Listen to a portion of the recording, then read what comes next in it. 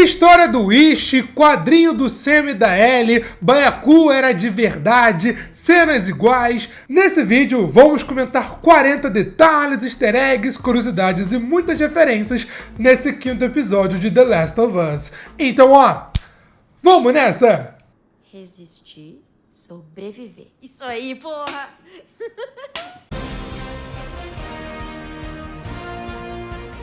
Fala pessoal, eu sou o Pedro e tanto esse quanto o episódio anterior, o quarto, se passam na cidade do Kansas, nos Estados Unidos, fazendo uma leve mudança, pois no jogo essa parte da história é em Pittsburgh. Mas no podcast do quarto episódio, os produtores explicaram por que fizeram essa mudança. Esses dois episódios foram gravados em Calgary e Edmonton, no Canadá, e como essas cidades se parecem muito mais com a cidade do Kansas do que de Pittsburgh, por exemplo, eles fizeram essa leve adaptação que, convenhamos, nem fez muita diferença aqui na história. No começo desse episódio, vimos como o povo de Kansas se revoltou e se libertou da opressão da Fedra, acrescentando a essa história como isso aconteceu, já que no jogo só tínhamos um easter egg explicando tudo, mas não vimos de fato como eles tomaram a cidade. No jogo, durante a nossa exploração pela cidade, vimos alguns corpos de alguns soldados mortos da Fedra que foram enforcados, e vimos no começo desse episódio isso justamente acontecendo. Logo de início, a Catelyn deixou muito claro que é mesmo uma vilã, e uma atitude que comprova isso é que mesmo ela falando que não iria matar os colaboradores se eles contassem onde o Henry estava, na hora que a porta fecha, ela manda matar todo mundo e queimar os seus corpos. Então, com essa informação, fica meio implícito que aquela pilha de corpos que vimos anteriormente na estrada é justamente dessas pessoas que a Catelyn mandou matar nessa cena, com tudo isso, inclusive, fazendo uma referência ao jogo onde também temos essa pilha de corpos. Esses tais colaboradores da Fedra é algo novo aqui na história, que não tem no jogo, por exemplo. E se você ficou perdido, esses colaboradores, informantes da Fedra, são pessoas que davam informações valiosas para eles em troca de, por exemplo, remédio, alimentos ou algo parecido. Como, por exemplo, foi o caso do Henry, que contou onde o irmão da Catelyn, o Michael e o líder da resistência, estava escondido em troca de remédios para salvar o Sam. E é bem difícil falar que ele estava errado nessa situação. Falando no Henry, aqui na série ele é interpretado pelo ator Lamar Johnson, que é conhecido por algumas produções como Brother, Your Honor, The Next Step, também apareceu em X-Men Fênix Negra. Já o seu irmão, o Sam, é interpretado pelo ator Kevin Woodward. Se eu falei errado, peço perdão, desculpas mesmo, que faz praticamente a sua estreia na atuação aqui em The Last of Us. E uma curiosidade é que, assim como o Sam, Kevin na vida real também é surdo e mudo, o que traz ainda mais representatividade aqui pra série. No Por Dentro desse episódio, foi revelado que Bella e Lamar realmente aprenderam a linguagem de sinais americana só para se comunicar com Kayvon, como inclusive alguns membros da produção também aprenderam só para falar com ele, detalhe bem legal. O visual dos dois é um pouco diferente do jogo, mas também tem algumas referências, como por exemplo, o casaco amarelo sujo do Sam também está aqui na série, enquanto a camisa clássica branca toda suja do Henry também aparece aqui na série, debaixo dos casacos dele. Henry e Sam recebem ajuda de um médico, que é o mesmo médico que no episódio anterior a Catelyn tinha matado com um tiro após ter surtado. E lá eles aparecem comendo alguns enlatados. Ok, nesse mundo pós-apocalíptico, enlatados são bem recorrentes, mas também de certa forma faz uma referência à parte final do arco deles no jogo The Last of Us, já que após tudo aquilo, eles param para comer alguns enlatados com Joel e Ellie, até que de manhã... Vimos que Henry e Sam ficaram perseguindo Joel e Ellie durante praticamente todo o episódio anterior. E mesmo Joel colocando alguns vidros ali para fazer barulho caso alguém chegue, alguém chegou e ele não ouviu. E o detalhe legal é que ele só não ouviu porque estava virado para o lado esquerdo. Na conversa com a Ellie no quarto episódio, o Joel comenta que é meio que surdo do ouvido direito, e como ele estava justamente cobrindo o ouvido esquerdo, o ouvido bom, e deixando à mostra o ouvido direito, ele não conseguiu escutar, porque Henry e Sam chegaram justamente do lado direito. E é meio irônico o Joel aqui na série ter problema de audição, sendo que no jogo ele tem justamente o contrário, uma super audição. Após uma tensão inicial, Joel, Ellie, Sam e Henry param, sentam, comem e começam a se conhecer. O Sam comenta que tem 8 anos de idade, enquanto a Ellie tem 14, ou seja, é 6 anos mais velha do que ele, fazendo uma leve mudança quando comparado ao jogo, já que lá Sam e Ellie têm praticamente a mesma idade. Mas ainda nessa cena, eu quero destacar a lanterna do Henry. A lanterna dele fica presa na sua mochila, fazendo uma referência também ao jogo, já que lá, a todo momento, a lanterna do Joel fica presa na mochila dele justamente como tá a do Henry nessa cena. Quando amanhece, Henry leva Joel e Ellie para um escritório onde ele explica o seu plano para fugir da cidade, que é um plano bem inteligente por sinal. E tudo isso também faz uma referência ao jogo, já que lá o Henry também faz isso. Ele vai, comenta o seu plano e também pede para eles esperarem o amanhecer para atacar, pois a guarda estaria baixa. Inclusive, explorando ali do andar do escritório do Henry, a gente acha uma sala bem parecida com a que vimos nesse episódio. Ainda nessa cena, uma referência bem legal foi Sam e Ellie se aproximando com os dois sorrindo, e o Henry dizendo que não viu Sam sorrindo há muito tempo. E isso também faz uma referência ao jogo, onde uma cena basicamente igual acontece, só que lá eles estavam felizes comendo mirtilos, já que eles estavam rindo com um livro de piadas da Ellie. E outro detalhe bem legal é o seu like, o seu joinha aqui nesse vídeo. Se você tá curtindo pegar esses detalhes, dessa força, esse vídeo deu um trabalhão de coração, muito obrigado. Como mencionei anteriormente, o Sam aqui na série é deficiente auditivo e ele se comunica através da linguagem de sinais e também de um Magic Slate do Pica-Pau, onde você pode escrever ou desenhar, levantar a folha que ele apaga sozinho e você pode fazer a mesma coisa novamente. Eu confesso que tinha um desses quando criança, me lembro de me divertir bastante, e se você também tinha, deixa aqui nos comentários. E esse plano do Henry de ir primeiramente pelo esgoto, depois chegar em um local, ir pelo mar e meter o pé dali, é um plano bem inteligente. Vimos que inclusive 2/3 dele deu certo, e tudo isso é basicamente igual ao jogo, só que lá é meio invertido. Primeiro a gente passa pelo rio, pelo mar, depois passa pelo esgoto e assim por diante. Só que um detalhe bem sutil, mas bem legal, é que chegando no esgoto, quando eles começam a andar, a Ellie ali no canto aproxima o Sam dela, puxa o Sam pra cima dela, meio que protegendo ele. Confesso que achei esse detalhe bem fofinho. Andando pelo esgoto, a gente meio que encontra um bunker, onde no passado outras pessoas estavam escondidas. E tudo isso é muito igual ao jogo, eles capricharam até nos mínimos detalhes, como as ordens do que fazer e do que não fazer, o gol onde as crianças jogavam bola, os desenhos na parede, o local onde as crianças brincavam. Também no jogo tem Sam e Ellie jogando futebol, né? No jogo, Sam defende o chute da Ellie, já que ele acaba tomando um gol. Tem inclusive ali na mesa alguns carrinhos no estilo Hot Wheels, que pegou essa referência. Mas a referência mais legal nessa parte é a história do Ishi, que inclusive aparece nesse desenho. Bom, Ishi é um personagem que não aparece de fato no jogo, mas conhecemos a sua história através da nossa exploração. À medida que a gente vai explorando e avançando na história, a gente vê algumas cartas que explicam quem é ele, o que aconteceu com ele, que é uma história bem tensa e bem interessante. Bom, primeiramente, chegando na praia, a gente acha um bilhete de um cara chamado Ishi que tentou fugir da pandemia pelo mar, mas acabou achando abrigo no esgoto. Aí, chegando no esgoto, a gente encontra uma mensagem dele, dizendo que achou o esconderijo perfeito e que vai ficar por lá. Avançando, tem outro bilhete, dizendo que uma nova família chegou ali no esgoto, família com idosos, crianças, adultos, e como o Ishi não os viu como uma ameaça, acabou os acolhendo ali em seu local. E como vimos, eles criaram toda uma comunidade, tem local para crianças, local para aprendizagem, local para jogar bola. Só que avançando, a gente encontra um novo bilhete, dessa vez dizendo que alguma daquelas pessoas acabou sendo mordida, infectada e não contou para ninguém.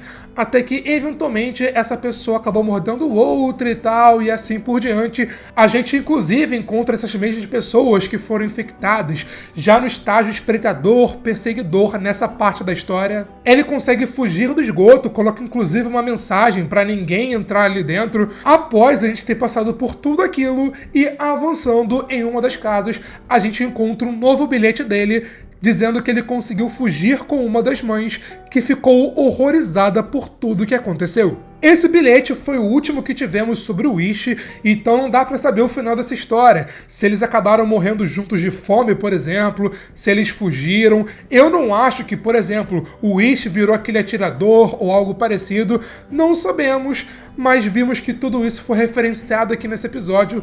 Uma história bem interessante, mas ao mesmo tempo bem triste.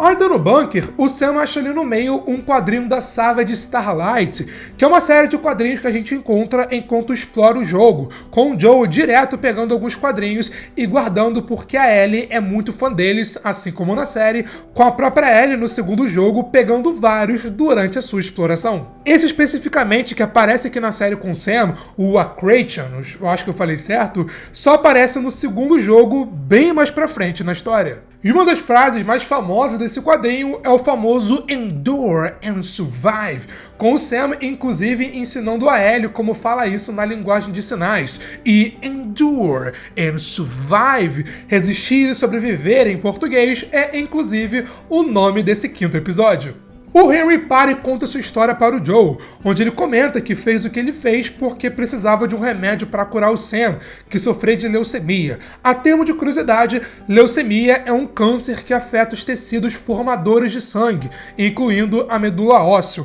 E tudo isso deixa a história do Sam ainda mais triste. Ele já sofria de leucemia, que é uma praga, e agora foi mordido. Caramba!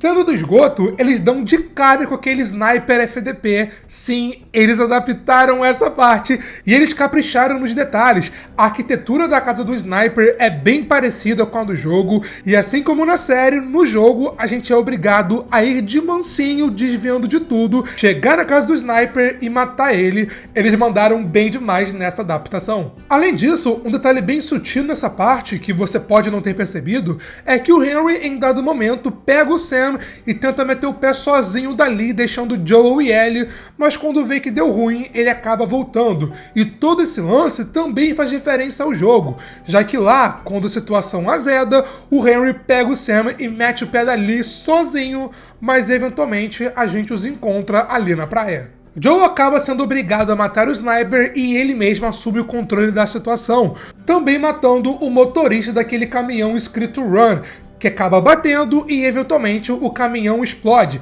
fazendo isso uma referência ao jogo, onde uma cena basicamente igual também acontece. E lá, assim como na série, logo após aquele caminhão da Run bater e explodir, aparece uma horda de infectados, com o Joe na sniper tendo que matar alguns infectados para tentar salvar Ellie, Henry e Sam, com uma cena bem parecida mesmo com a do jogo, também com vários infectados de vários tipos diferentes também aparecendo. Comentei isso no review, mas quero chamar a atenção novamente para um detalhe sutil, mas bem importante nessa cena. Quando os infectados aparecem, o Joe treme ao atirar neles para salvar a Ellie, coisa que nunca o vimos fazendo anteriormente. Ou seja, o Joe estava nervoso, preocupado e com medo de perder a Ellie. Ele pode até ter aquele estilo durão, que não demonstra muitas emoções, que só quer levar a Ellie de ponto A para um ponto B, mas provou aqui nessa cena que ele de fato se importa com ela e, pra valer, ficou com medo de perdê-la.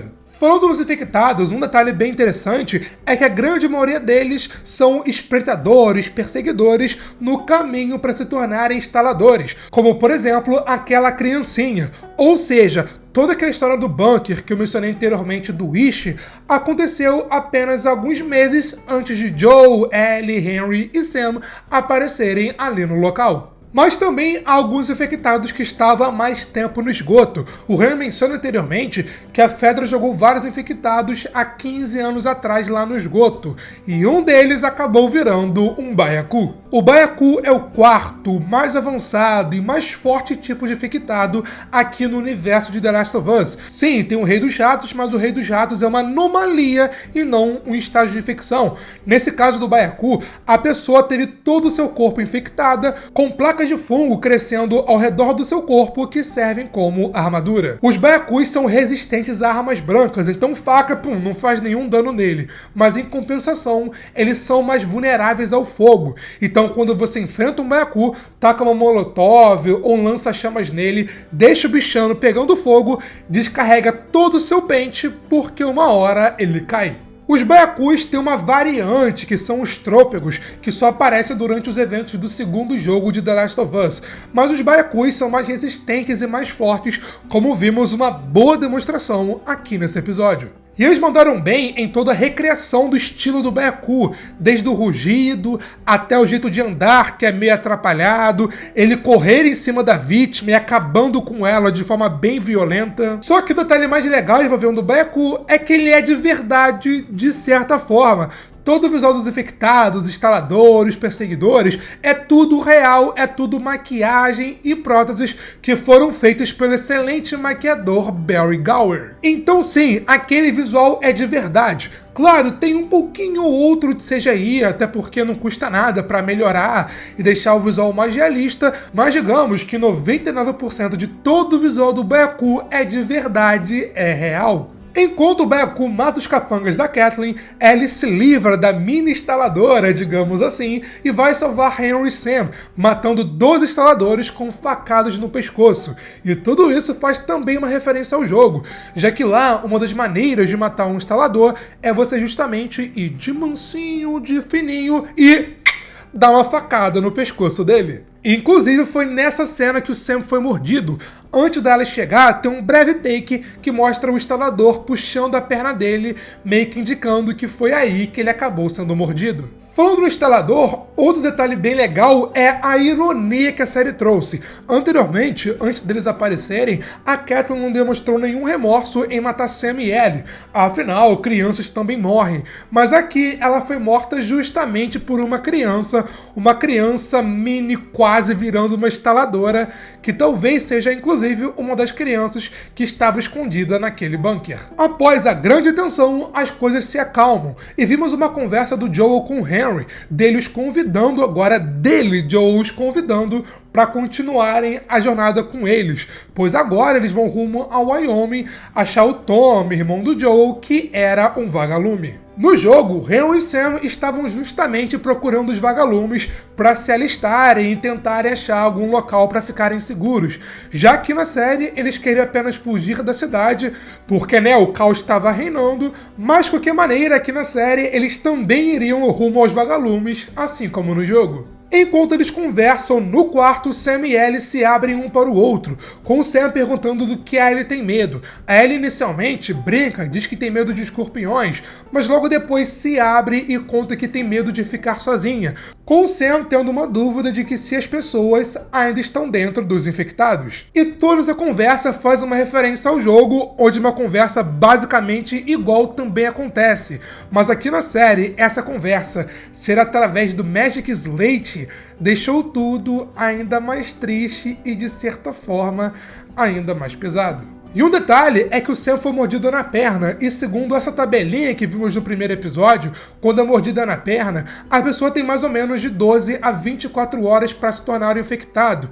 E considerando que ele foi mordido no início da noite e virou pra valer um infectado maníaco pela manhã, se passaram justamente mais ou menos 12 horas desde a mordida. E o que acontece depois é igual ao jogo, igual mesmo. Sam acaba surtando pela manhã, vai pra cima da Ellie, Henry pede Joel de atirar nele e ele mesmo atira no Sam. Logo depois o Henry acaba surtando, tendo uma crise e acaba se matando, foi igual mesmo ao jogo. Só um detalhe é que aqui na série eles não mostraram o Henry de fato se matando. Eles, claro, mostraram o Henry com a arma na cabeça e tal, indicando que ele iria se matar, mas na hora que ele vai atirar, a câmera corta pra Ellie. Achei bem legal esse cuidado. E outro detalhe sutil, mas bem legal, é que quando a Ellie grita, o Joel imediatamente acorda, se levanta e vai protegê-la. E se você reparar, dessa vez ele dormiu deixando o ouvido esquerdo para cima, que é o ouvido que ele escuta melhor. Ou seja, fazendo isso, dessa vez ele conseguiu ouvir na hora, levantar e tentar ajudar a Ellie. E uma coisa que não tem no jogo, e a série também trouxe de novo, foi Joel e Ellie parando e antes de continuarem a jornada,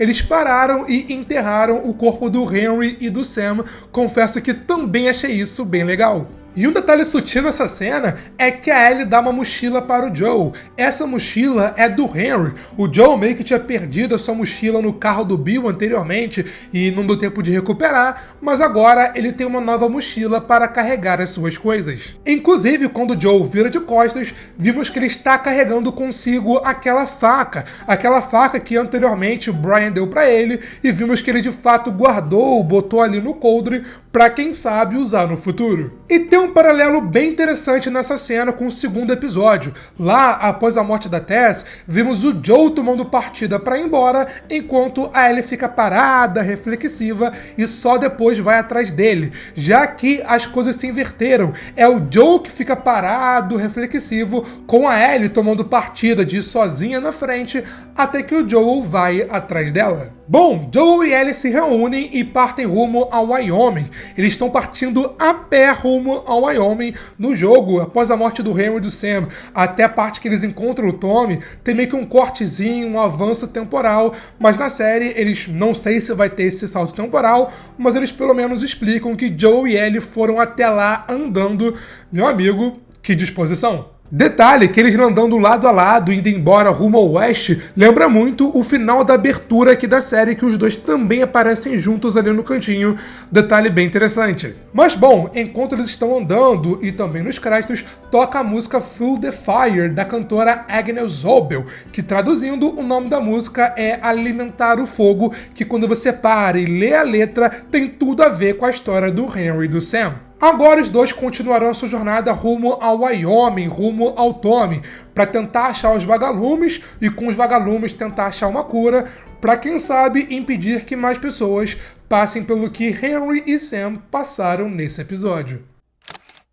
E aí, você pegou outro detalhe nesse episódio que por algum motivo eu não comentei aqui nesse vídeo? Se sim, deixa aqui nos comentários, porque assim você vai estar enriquecendo aqui esse vídeo, o que, claro, sempre é uma coisa muito boa. Curtiu o vídeo? Deixa um like e o joinha aqui de coração, me ajuda demais. E se você é novo, se inscreve aqui embaixo e ativa o sininho para mais vídeos sobre The Last of Us, que estão chegando por aí. Semana que vem tem vários e, claro, você não pode perder. Mas foi isso e eu te vejo na próxima. Valeu, falou e fui! Endure and survive. Yes, man, fuck! Pera aí. Endure and survive. Fuck yeah, man! De novo. Endure and survive. Fuck yeah, man! Ui! Bora.